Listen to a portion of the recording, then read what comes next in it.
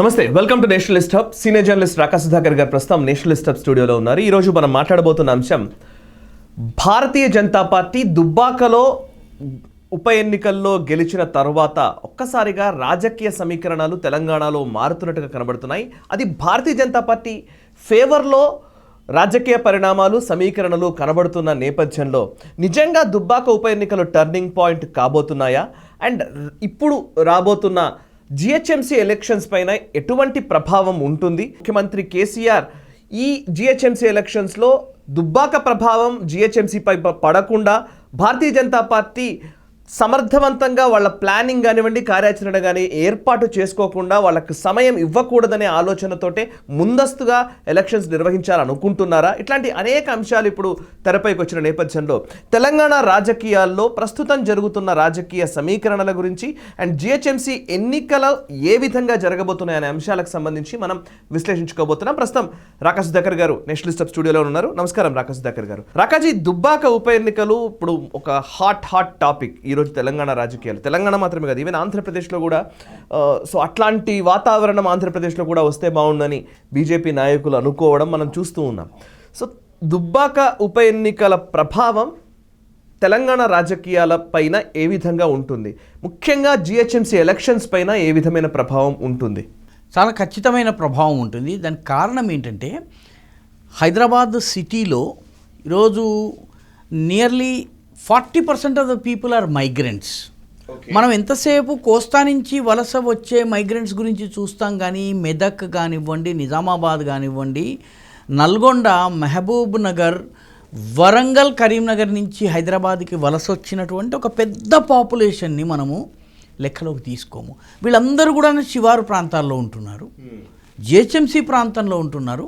మొన్న municipal elections జరిగినప్పుడు చాలా చోట్ల వరంగల్కి దగ్గరగా ఉన్నటువంటి మున్సిపాలిటీలు ఏవైతే ఉన్నాయో, మన హైదరాబాద్ చుట్టూ ఉన్నటువంటి మున్సిపాలిటీస్, వీటిలో వరంగల్ పాపులేషన్, ఆ ఓటర్స్ చాలా డిటర్మినింగ్ ఫ్యాక్టర్ అయ్యారు. సో ఇది మీకు ఉదాహరణకి బడంగ్పేట ఉంది. బడంగ్పేటలో నల్గొండ నుంచి వచ్చినటువంటి ఓటర్ల సంఖ్య చాలా ఎక్కువగా ఉంది. నల్గొండ పొలిటీషియన్స్ వచ్చి ప్రచారం చేశారు. సో సేమ్ వే హైదరాబాద్లో తెలంగాణ జిల్లాల నుంచి వచ్చి ఇక్కడ ఓటర్లుగా ఇక్కడ ఉద్యోగులుగా రకరకాల ఇళ్ళు కట్టుకుని చిన్న చిన్న కార్మికులుగా, పెద్ద వ్యాపారులుగా ఉన్నటువంటి సంఖ్య చాలా ఎక్కువగా ఉంది. కాబట్టి దుబ్బాకలో ఏ సెంటిమెంట్ అయితే వర్కౌట్ అయిందో ఆ సెంటిమెంట్ యొక్క ప్రభావము ఈ జిహెచ్ఎంసీలో ఉన్నటువంటి తెలంగాణ ఎవరైతే మైగ్రెంట్స్ టు హైదరాబాద్ ఉన్నారో వాళ్ళ మీద ఖచ్చితంగా దాని ప్రభావం ఉంటుంది. Dubbaka is a rural microcosm. ఆ రూరల్ ఏరియాస్లో ప్రజలు ఎదుర్కొంటున్నటువంటి సమస్యల యొక్క ప్రతిఫలనం కూడా మనకి జిహెచ్ఎంసీలో ఉంటుంది. జిహెచ్ఎంసీలో ఈసారి ప్రధానంగా ఇటీవలి వరదలు కానివ్వండి, బ్యాడ్ రోడ్స్ కానివ్వండి, జాబ్ క్రియేషన్ యొక్క వైఫల్యం కానివ్వండి, కరోనా హ్యాండ్లింగ్ కానివ్వండి. Corona handling is also very negative అవుతోంది టీఆర్ఎస్కి. దానికి కారణం ఏంటంటే చాలా చోట్ల పక్కింట్లో కరోనా వస్తుంది, మనిషి చనిపోతున్నాడు, ఈ గవర్నమెంట్ లెక్కల్లో చనిపోయిన వ్యక్తి లేడు.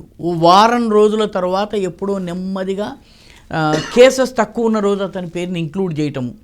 కరోనా వచ్చినటువంటి వ్యక్తి ఇంటి చుట్టూ మొదట్లో కంచె వేసినది ఒక 15-20 రోజుల తర్వాత నుంచి కంచెలు కూడా లేకపోవడము, క్వారంటైనింగ్ లేకపోవడము, ఇటువంటి అనేక ఫ్యాక్టర్స్ వల్ల overall dissatisfaction on testing. For instance testing సెంటర్లో ఉన్నటువంటి క్యూలు చూస్తే ఒక్కోసారి మనకి భయం వేస్తుంది.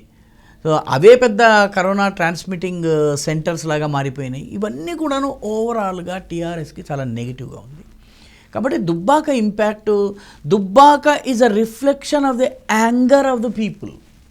ఇది మనం గుర్తుంచుకోవాలి. దానికి మిగతా ఫ్యాక్టర్స్ ద్వారా, మిగతా చర్యల ద్వారా బీజేపీ ఆ యాంగర్ని ఛానలైజ్ చేయగలిగింది.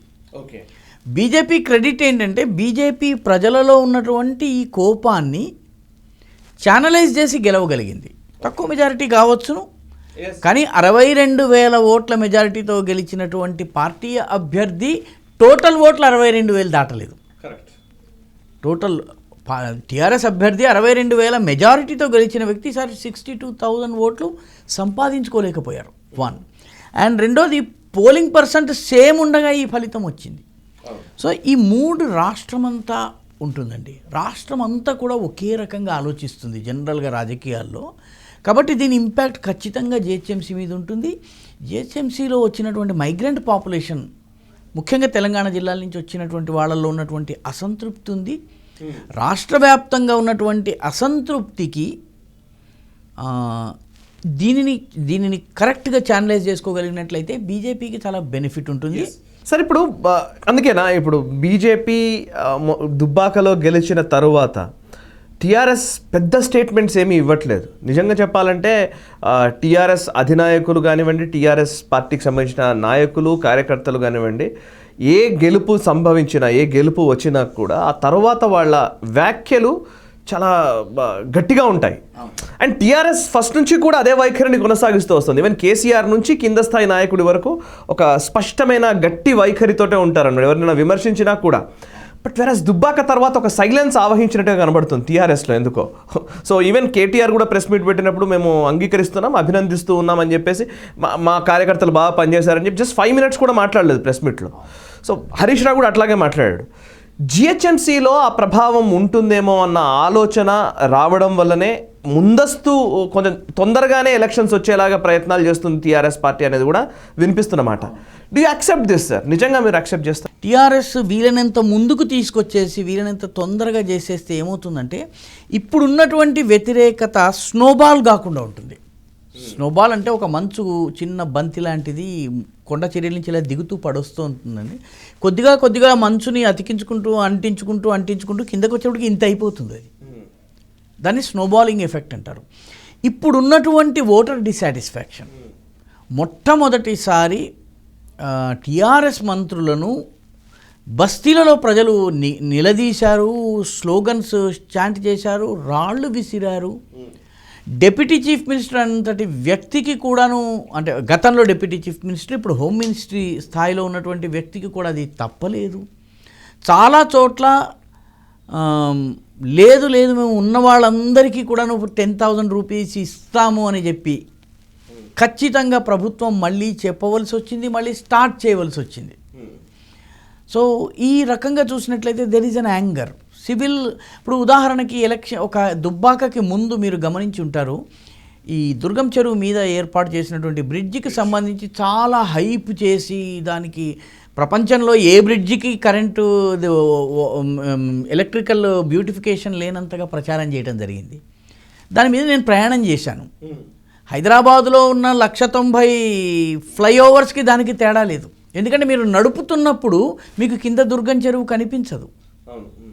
కాబట్టి ఈ దుర్గం చెరువు అంటే ప్రజలలో చాలా సివిక్ వర్క్స్ జరుగుతున్నాయి అని చెప్పడం కోసము స్పెషల్గా కమిషన్ చేసినటువంటి, అండ్ ఈవెన్ గవర్నమెంట్ ఈ మధ్యలో జిహెచ్ఎంసీ కొన్ని వీడియోలు కూడా రిలీజ్ చేసింది సార్. దాని కూడా చేయించినటువంటి వీడియోలు, ఈవెన్ డంపింగ్ యార్డ్లను గురించి, దాని నుంచి ఎలక్ట్రిసిటీ ఉత్పత్తి చేస్తున్నామని, సో బ్యూటిఫికేషన్ గురించి. డంపింగ్ యార్డ్కి చాలా దగ్గరగా నివసించేటటువంటి వ్యక్తి నేను దమ్మాయిగూడలో నివసిస్తాను. నా పక్కనే జవహర్ నగర్ డంపింగ్ యార్డ్ ఉంది. జవహర్ నగర్ డంపింగ్ యార్డులో రకరకాల క్యాపింగ్ చేస్తున్నామంటున్నారు, లేకపోతే ఎలక్ట్రిసిటీ ప్రొడక్షన్ అంటున్నారు. there's no progress. అక్కడ సర్వసాధారణ ప్రజానీకంలో డంపింగ్ యార్డ్ విషయంలో తీవ్రమైనటువంటి యాంగర్ ఉంది.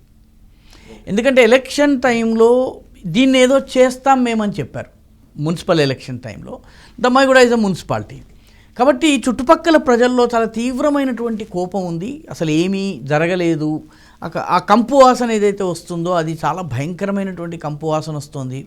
పైగా ఈ క్యాపింగ్ చేసే ప్రక్రియలో ఒక్కసారి వదలడం జరుగుతోంది, ఆవిరిని వదలడం జరుగుతోంది. అదేదో విమానం వచ్చి మన మీద పడిపోతుందా అన్నటువంటి సౌండ్స్ వస్తున్నాయి.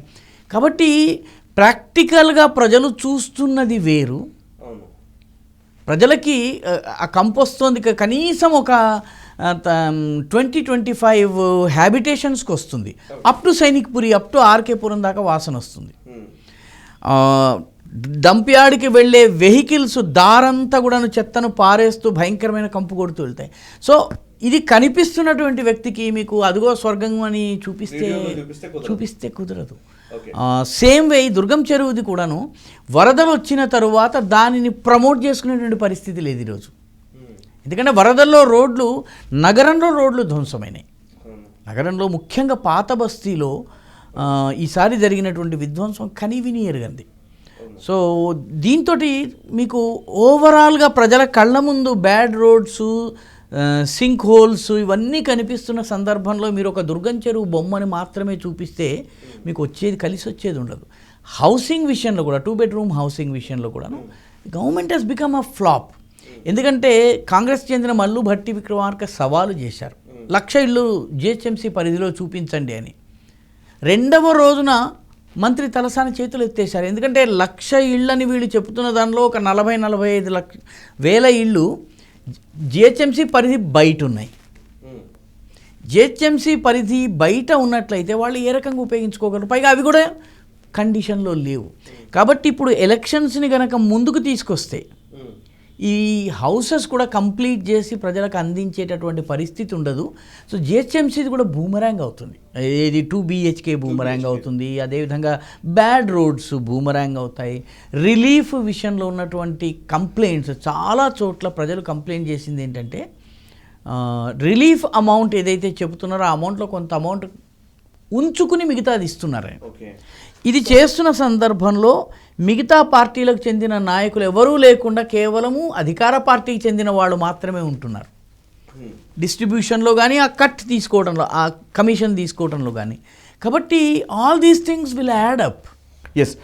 సో ఇంకొకటి సార్, ఇప్పుడు భారతీయ జనతా పార్టీ కూడా అంత ఈజీగా ఏం జిహెచ్ఎంసీని చూస్తున్నట్టుగా కనిపించట్లేదు. అందులోనూ ఇప్పుడు లేటెస్ట్గా అయితే భూపేంద్ర యాదవ్, సీనియర్ బీజేపీ నాయకుడు అయినటువంటి భూపేంద్ర యాదవ్, ఆయనకు గతంలో ఎలక్షన్ హ్యాండ్లింగ్లో, ఎలక్షన్ మేనేజ్మెంట్లో మంచి ట్రాక్ రికార్డు ఉంది. సో అటువంటి వ్యక్తిని ఇప్పుడు జిహెచ్ఎంసీకి బాధ్యుల్ని చేస్తూ ఉన్నారు. అండ్ ఇక్కడ కూడా ఆల్రెడీ మేము సిద్ధంగా ఉన్నాము, మా ప్లాన్ మేము స్టార్ట్ చేశాము అన్నట్టుగానే జిహెచ్ఎంసీకి సంబంధించి బీజేపీ వ్యాఖ్యలు కనబడుతున్నాయి, అట్లాంటి చర్యలు కూడా కనబడుతున్నాయి.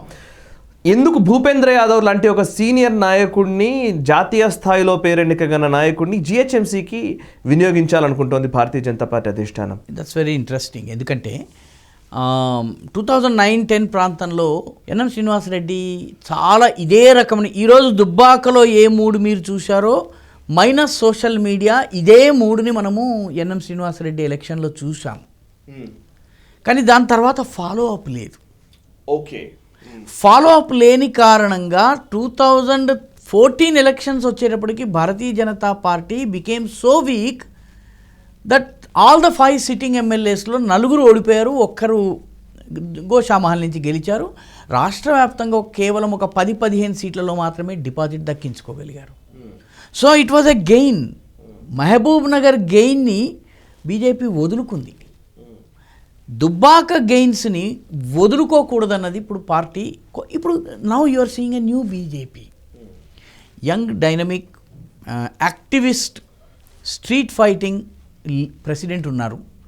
ధర్మపురి అరవింద్ కానివ్వండి, రఘునందన్ రావు కానివ్వండి, ఈ లీడర్స్ ఎవరైతే ఉన్నారో they are talking a different language. They are talking a different language. నువ్వెంత అంటే నువ్వెంత అనగలిగేటటువంటి లాంగ్వేజ్ వాళ్ళు మాట్లాడటం వల్ల బీజేపీ సపోర్టర్స్ కానీ, బీజేపీ ఓటర్స్ కానీ, బీజేపీ వర్కర్స్ కానీ వాళ్ళు గ్యాల్వనైజ్ అవుతున్నారు. అంటే వాళ్ళకి ఒక కొత్త ఉత్సాహం వస్తుంది.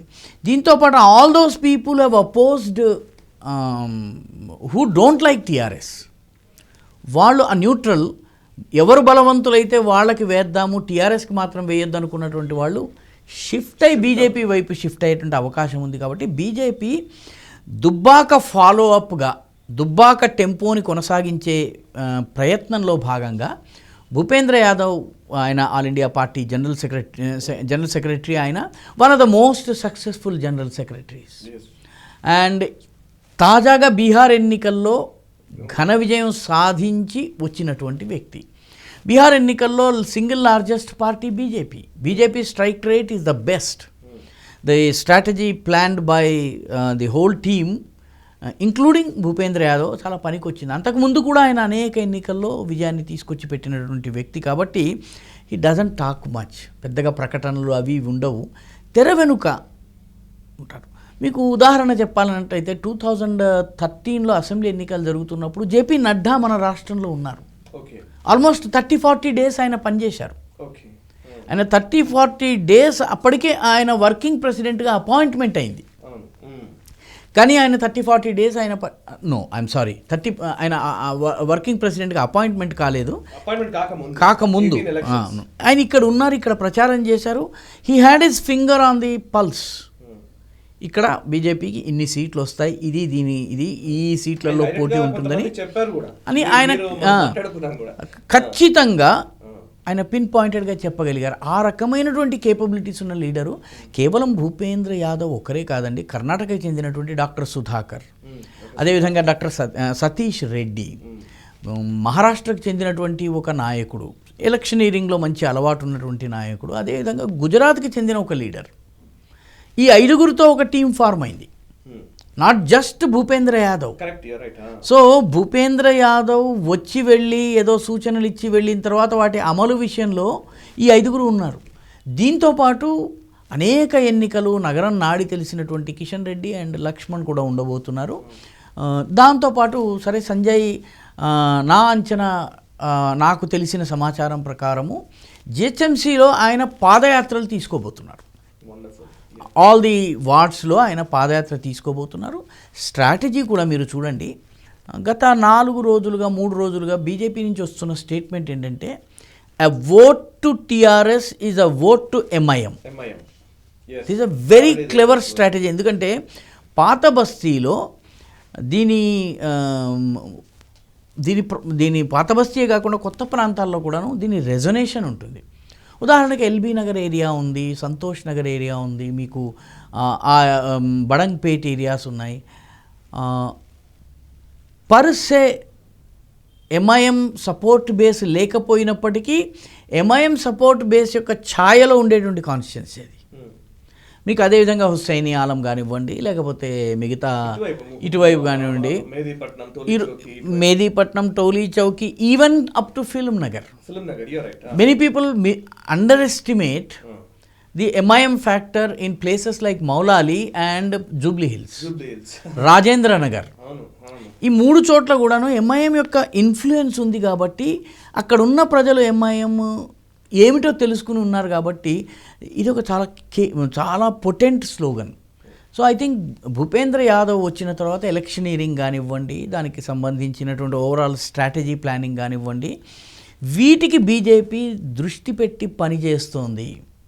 నా అంచనా కనుక నిజమైతే రాజస్థాన్ నుంచి, మహారాష్ట్ర నుంచి, కర్ణాటక నుంచి, ఒడిశా నుంచి కూడా బీజేపీ నాయకులు జిహెచ్ఎంసీలో ప్రచారం చేయబోతున్నారు. లోకి ప్రచారం జరుగుతుంది, పెద్ద పెద్ద బహిరంగ సభలు ఉండవు. ఎందుకంటే హైదరాబాద్లో ఉండేటువంటి హైదరాబాద్లోని plumbers 80% of the plumbers are from Odisha. ఒకే జిల్లా, పూరి జిల్లా, Puri and Kendrapara I believe, ఈ 2 జిల్లాల నుంచి వచ్చి హైదరాబాద్లో చేస్తున్నారు. హైదరాబాద్లో ఉన్నటువంటి గప్చుప్ బళ్ళన్నీ బీదర్, రాయచూరు నుంచి వచ్చినవే.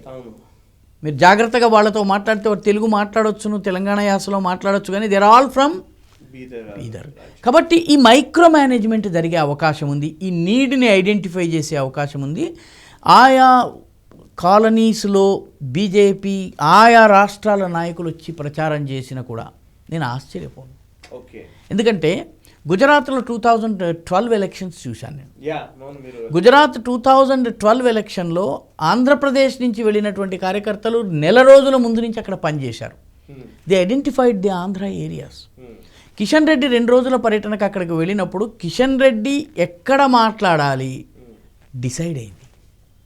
సో కిషన్ రెడ్డి ఒక భోజ్పురి కార్యకర్త, భోజ్పురి యాసలో స్పీచ్ ఇచ్చారు అని అక్కడ రాష్ట్రంలో మంత్రి ఆయన. వీళ్ళు చప్పట్లు కొడుతున్నారు. ఆ తర్వాత తెలుగులో కిషన్ రెడ్డి మాట్లాడిన తర్వాత అక్కడ నేను నినాదాలు కూడాను జయ మార్కండే, జయ నీలకంఠ అని వచ్చింది. అంటే పద్మశాలీలు, దేవాంగులు ఉన్నారనమాట. సో ఈ మైక్రో మేనేజ్మెంట్ ఏదైతే ఉందో I think this is going to have some impact. And ఇది గనక పవర్ఫుల్గా నడిస్తే, ఒక 3 గనక బిల్డ్ అయితే, గతంలో టీఆర్ఎస్ వైపు వెళ్ళినటువంటి సీమాంధ్ర ఓటర్లలో కూడా ఒక పెద్ద సెక్షను టీఆర్ఎస్కు వ్యతిరేకంగా ఓటేసే అవకాశం ఉంది. ఆల్రెడీ ఉస్మానియా యూనివర్సిటీలో అడుగుపెట్టని ముఖ్యమంత్రి, కరెక్ట్. ఉస్మానియా యూనివర్సిటీలో ఒక్క టీఆర్ఎస్ నాయకుడు కూడా అడుగుపెట్టలేదు ఇప్పటివరకు. ముఖ్యమంత్రి వదిలిపెట్టండి, వేరే వాళ్ళు కూడా అడుగుపెట్టలేదు. కాబట్టి ఈ నేపథ్యంలో ఇక్కడ ఉన్నటువంటి ఈ పాజిటివ్స్ అన్నిటిని కూడాను ఛానలైజ్ చేసేందుకు I think the national team will play a very key role. ఎందుకంటే అనేక రాష్ట్రాల ఎన్నికల పోరాట అనుభవం ఉంది కాబట్టి కార్పొరేటరు ఒంటరి పోరాటం చేయవలసినటువంటి అవసరం లేదు. ఈసారి కార్పొరేటర్కు పైనుంచి సహాయం వస్తుంది, లాజిస్టిక్ హెల్ప్ వస్తుంది, స్ట్రాటజీ ప్లానింగ్లో హెల్ప్ వస్తుంది. సరే, జిహెచ్ఎంసీ ఏరియా అంతా కూడాను ఈ సీనియర్ నాయకులు ఎవరైతే 2-3 ఉన్నారో వాళ్ళు తిరుగుతారు, రాష్ట్రానికి చెందినటువంటి నాయకులు. సో పార్టీకి సంబంధించి ఒక పాజిటివ్ ఎన్వైరన్మెంట్ క్రియేట్ చేయడం జరుగుతుంది. సో ఇప్పుడు మనం బీజేపీకి ఉన్న స్ట్రెంగ్త్ గురించి మీరు చెప్పారు sir. At the same time మనం అంత ఈజీగా టీఆర్ఎస్ బలాల్ని మనం పక్కన పెట్టలేం.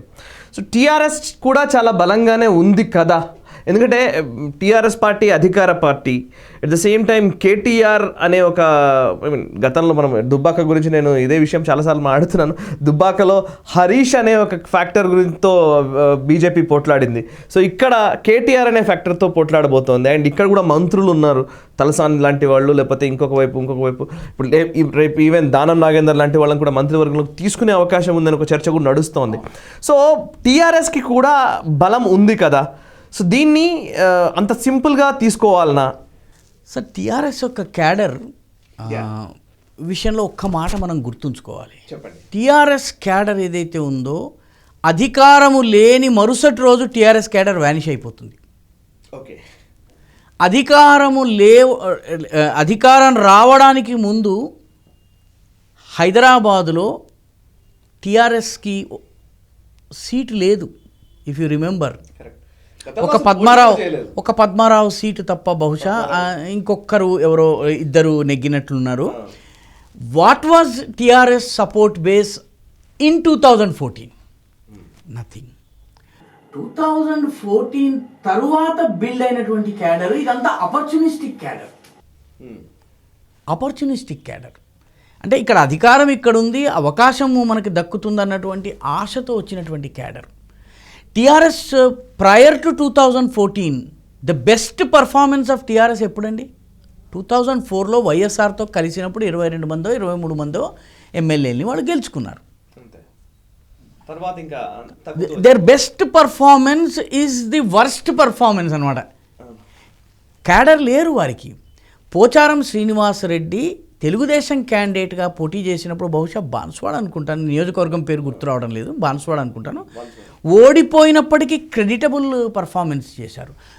కడియం శ్రీహరి ఓడిపోయినప్పటికీ క్రెడిటబుల్ ఓట్స్ తెచ్చుకున్నారు.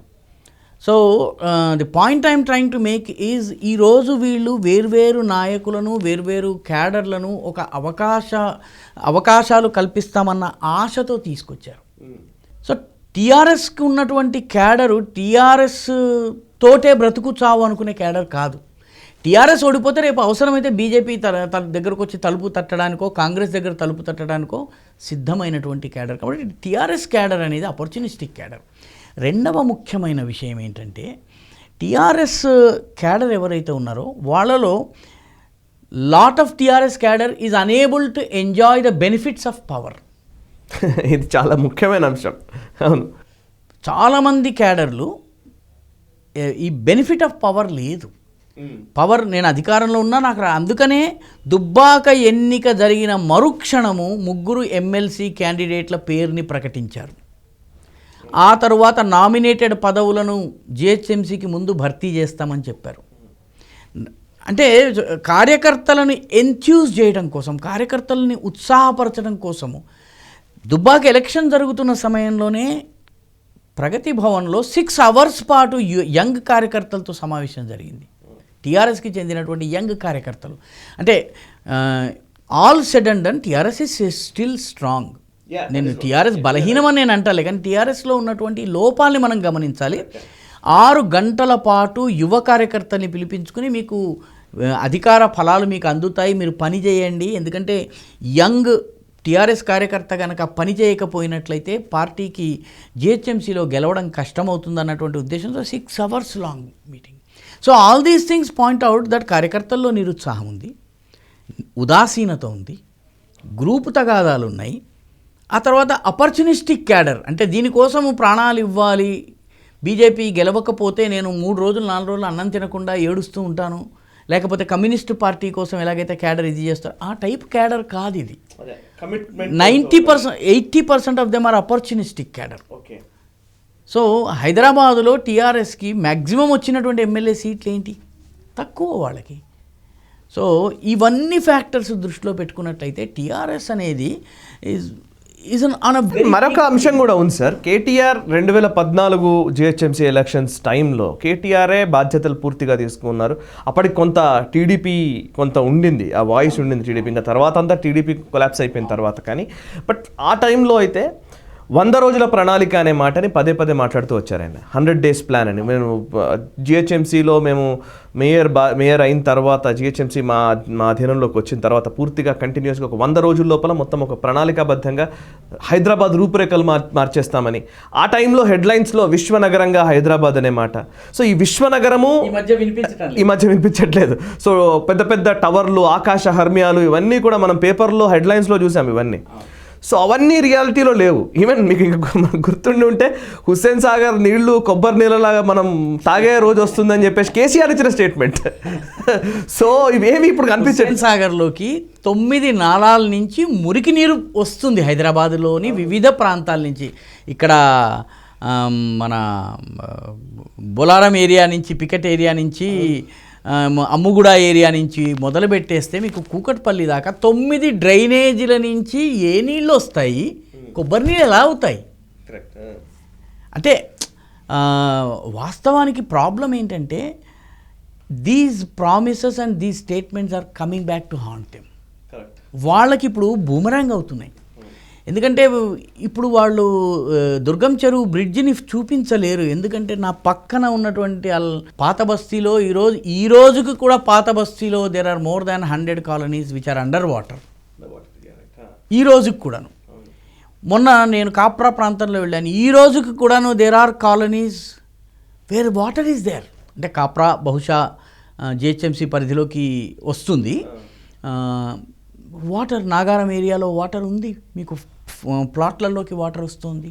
కాబట్టి ప్రాక్టికల్గా కళ్ళ ముందు డ్రైనేజ్ నీళ్లును వరద నీళ్లు కలిసి కలగాపులగమైపోయి చిందరబందర అయిపోయిన పరిస్థితి మీ కళ్ళ ముందు ఉంటే దుర్గం చెరువుది మీరు. అందుకనే విశ్వనగరి అన్న మాట ఇప్పుడు ప్రచారంలోంచి తప్ప. ఎందుకంటే they are on the back foot. విశ్వనగరం గురించి ఎవరు మాట్లాడటం లేదు. విశ్వనగరం 2 BHK గురించి మాట్లాడటం లేదు, తగ్గిపోయింది. హుస్సేన్ సాగర్ చుట్టూ ఆకాశ హర్మ్యాలు వస్తాయి, ఆకాశ హర్మ్యాలు ఉంటాయి, చాలా పెద్ద పెద్ద బిల్డింగ్స్ ఉంటాయి, ఇట్లుంటాయి. ఎవ్రీథింగ్ ఈజ్ అంటే చంద్రబాబును గ్రాఫిక్ అంటారు కదా, సేమ్ ఇక్కడ మీడియాలోనే కనిపించింది. ఇక్కడ కూడా గ్రాఫిక్సే కనిపిస్తుంది. అంటే ఒక్క మాట మనము అంగీకరించి తీరాలి ఏంటంటే అర్బన్ ఇన్ఫ్రాస్ట్రక్చర్ ప్రొవైడ్ చేయడం చాలా కష్టమైన విషయం అండి. ఎవరైనా కూడాను అర్బన్ ఇన్ఫ్రాస్ట్రక్చర్ని ప్రొవైడ్ చేయడం చాలా కష్టం. అర్బన్ ఛాలెంజెస్ చాలా ఎక్కువ ఉన్నాయి. మైగ్రేషన్ యొక్క రేటుకి ఇన్ఫ్రాస్ట్రక్చర్ని కల్పించే వేగానికి పొంతన ఉండదు. ఈ రోజున మీకు ఆంధ్రలో ప్రతి గ్రామంలో ప్రతి కుటుంబంలో ఎవడో కూడా హైదరాబాద్లో ఉన్నాడు. Same is the case in నల్గొండలో కానివ్వండి, మీకు నకిరేకల్ కానివ్వండి, చిన్న చిన్న సిటీస్ అన్నిట్లలో కూడా, నిజామాబాద్ కానివ్వండి, పెద్ద సంఖ్యలో ఇక్కడ ఉన్నారు. సో దానికి అనుగుణంగా మీరు ఆ ఇన్ఫ్రాస్ట్రక్చర్ని కల్పించలేరు. But when you make claims, నేను విశ్వనగరాన్ని సృష్టించబోతున్నాను, లేకపోతే నేను ఇంకేముంది హుస్సేన్ సాగర్లో కొబ్బరి నీళ్లను పోయబోతున్నాను, నిజంగా కొబ్బరి నీళ్లను పోసినా కూడా అది తాగలేని, అంటే కొబ్బరి నీళ్ళలాగా ఉంటాయి నీళ్లు, అట్లాంటి మంచి నీళ్ళు ఉంటాయి అని చెప్పేసి తీసుకొని తాగొచ్చు అనే రీతిలో మాట్లాడారు. ఇవి they are now coming back to haunt them. దురదృష్టం ఏంటంటే వరదలు, ఫెయిల్యూర్ ఇన్ BHK ఇవన్నీ కూడాను వాళ్ళకి వెనక్కి వచ్చి తగులుతున్నాయి, బూమరాంగ్ అవుతున్నాయి.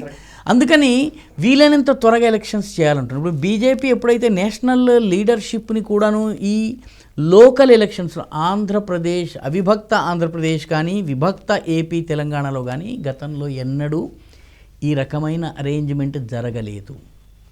GHMC is 1/3 of Telangana. Telangana population 3.5 కోట్లు అయితే అందులో దాదాపు 1 కోటికి కొంచెం అటు ఇటుగా హైదరాబాద్లో ఉంటారు, అంటే ట్విన్ సిటీస్లో ఉంటారు, జిహెచ్ఎంసీ ఏరియాలో ఉంటారు. జిహెచ్ఎంసీ చుట్టూ ఉన్నటువంటి పాపులేషన్ కూడా దాని ఇంపాక్ట్ కూడా ఉంటుంది. అంటే ఈ మధ్య చేసినటువంటి 10-12 కొత్త మున్సిపాలిటీస్ ఏవైతున్నాయి ఇవన్నీ కూడాను ఇది ఒక గ్రూపు. ఓకే, కాబట్టి ఇంత జనాభాలో గనక టీఆర్ఎస్ దెబ్బతింది అనుకోండి, 1/3 of the people have rejected TRS.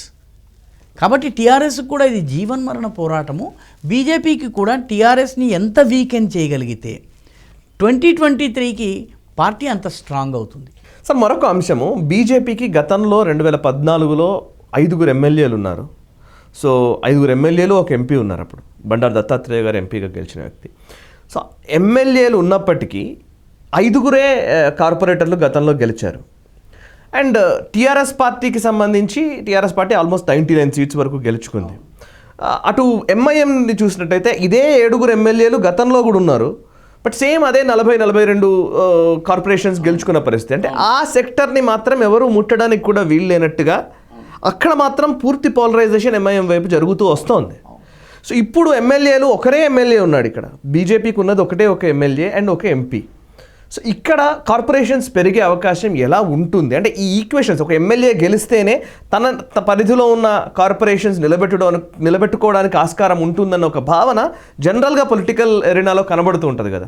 So జిహెచ్ఎంసీలో దాన్ని మనం ఎట్లా చూడాలి? అంటే బేసిక్గా జిహెచ్ఎంసీ విషయానికి వచ్చేటప్పటికి ఎమ్మెల్యే స్ట్రెంగ్త్కి రిజల్ట్స్కి సంబంధం లేదు. టీఆర్ఎస్కి ఎంతమంది ఎమ్మెల్యేలు ఉన్నారని 99 మంది కార్పొరేటర్లు గెలిచారు. ఓకే, టీఆర్ఎస్కి బీజేపీకి 5 నుండి కూడాను 5 మాత్రమే కార్పొరేటర్స్ గెలిచారు. ఈ 5 కార్పొరేటర్లో ఒక్కరు కూడా ఎమ్మెల్యే ఉన్న ప్లేస్ కాదు.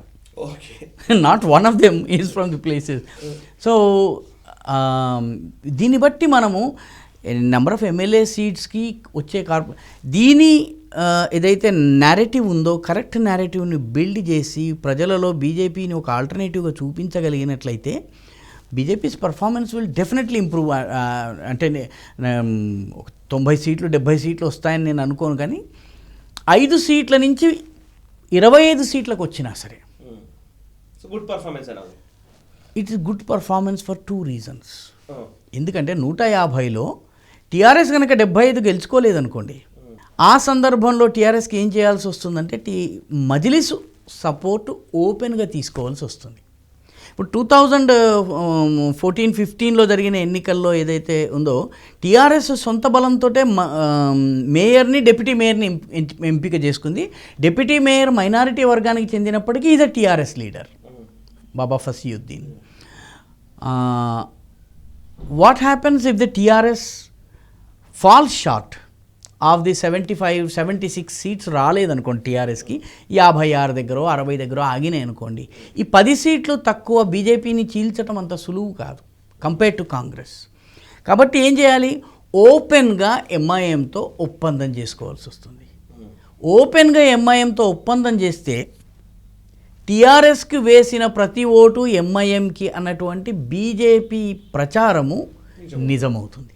కాబట్టి 2023 ఎలక్షన్స్లో దీని ఇంపాక్ట్ ఉంటుంది. కాబట్టి TRS is caught in a pincer kind of situation. If వాళ్ళకి కనీసం 75 సీట్లు రాకపోతే, ఇప్పుడు వాళ్ళు చెప్తున్న 110 దాకా 101 110 దాకానో రావాలంటున్నారు. ఆ టోటల్ ఎట్లా యాడ్ అవుతుందో నాకు అర్థం కావడం లేదు. ఎందుకంటే 40-45 సీట్లు ఎంఐఎం గెలుస్తుంది ఖచ్చితంగా. మిగతా 100-110 గెలిచినట్లయితే టోటల్ నెంబర్ కన్నా ఎక్కువ సీట్లు చెప్తున్నారు మన టీఆర్ఎస్ నాయకులు. యాక్చువల్గా ఉన్నది 150. టీఆర్ఎస్ 110 120 తెచ్చుకుంటుంది, మజ్లిస్ 40 నుంచి 50 తెచ్చుకుంటుంది అనుకోండి. The total is adding up to 160 seats. ఇక్కడ ఉన్నది 150. కాబట్టి బీజేపీ ఒక 30 సీట్లు గెలుచుకోగలిగిన, అధమపక్షం 30 గెలుచుకోగలిగినా కూడా అవి టీఆర్ఎస్ ఏరియాస్ నుంచే వస్తాయి, ఎంఐఎం ఏరియాస్ నుంచి వచ్చే అవకాశం తక్కువ ఉంది. సో టీఆర్ఎస్ నంబర్ ఎక్కడికి తగ్గుతుంది? కాంగ్రెస్ కొన్ని గెలుచుకుంటుంది, ఇండిపెండెన్స్ 1-2 గెలుస్తారు. So TRS will have to depend on MIM. నిజామాబాద్లో ఆ పరిస్థితి వచ్చింది.